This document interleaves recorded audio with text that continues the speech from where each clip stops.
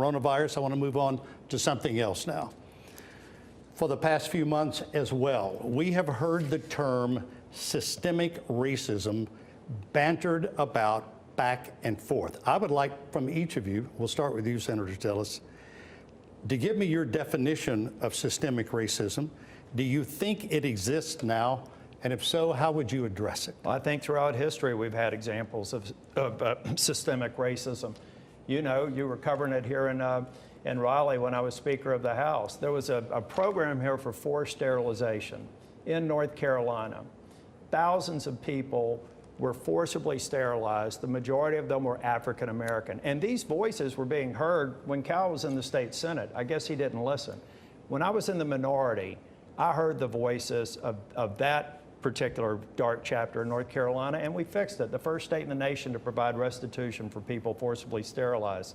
There is systemic racism in this culture, and we need to work on it, which is exactly why I supported the PROTECT Act, which was proposed by Tim Scott to get at exactly that.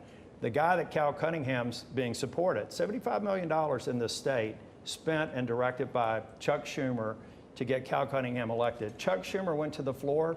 He wouldn't even let us debate it. It was increased standards for police officers. It was better, more resources for body cams. It was providing these law enforcement officers the training and also the therapy they need for the dangerous job that we do. Now, while we're trying to get on and fix the problem, listen to the voices of the peaceful protesters. Just 4 weeks ago, about 3 miles from here, we had protesters chanting, "Abolish the police." While they were protesting, I wrote this down because I didn't want to get it wrong. Cal Cunningham tweeted, "I join you in the fight." And now this has gotten out of control. You saw the reports of the 2 shootings in Los Angeles over the weekend.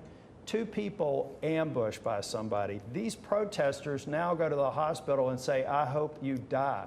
We just had a law enforcement officer in the western part of the state die, shot in the face, died. A Marine who had been serving in the police department for 9 years, die.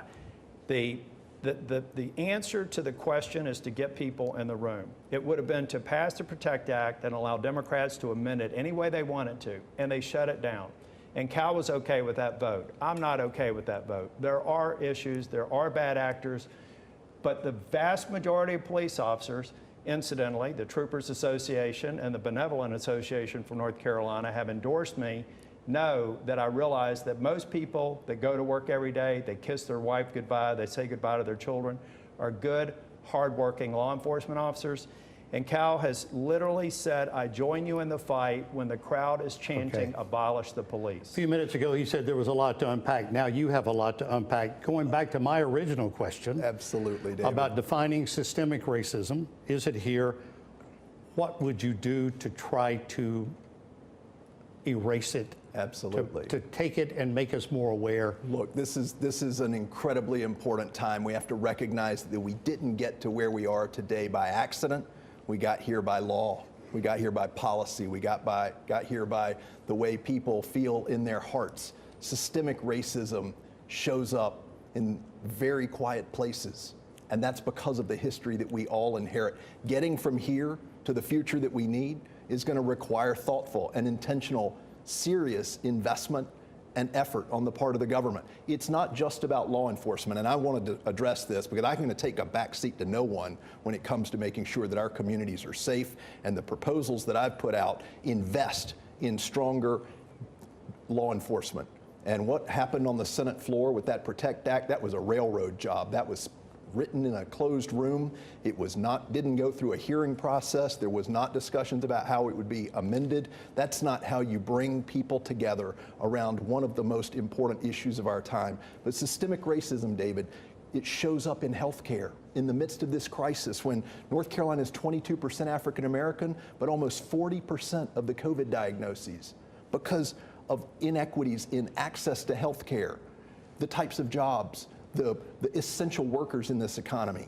It shows up in housing discrimination, and the legacy that that's left us in the wealth gaps between white and black North Carolinians. It shows up in our investments in education. It shows up across our economy, across our society. We have to be thoughtful about it. We have to listen to each other. We call out those who do wrong, who are committing acts of violence in the streets, but we need to hear the voices of people who are angry and hurt and are calling out for reform. And those are the voices that I've gone out to hear. My wife and I, we went out and we marched in the streets of Raleigh. You know who we marched with? The sheriff of Wake County, because we recognize that the only way to move forward is to bring people together, to hear the voices, and then to bring people together. It's why I laid out a very thoughtful plan, frankly, drawing from my own experience as a prosecutor, as an Army prosecutor and a federal prosecutor, and as vice chair of the Governor Roy Cooper's Crime Commission.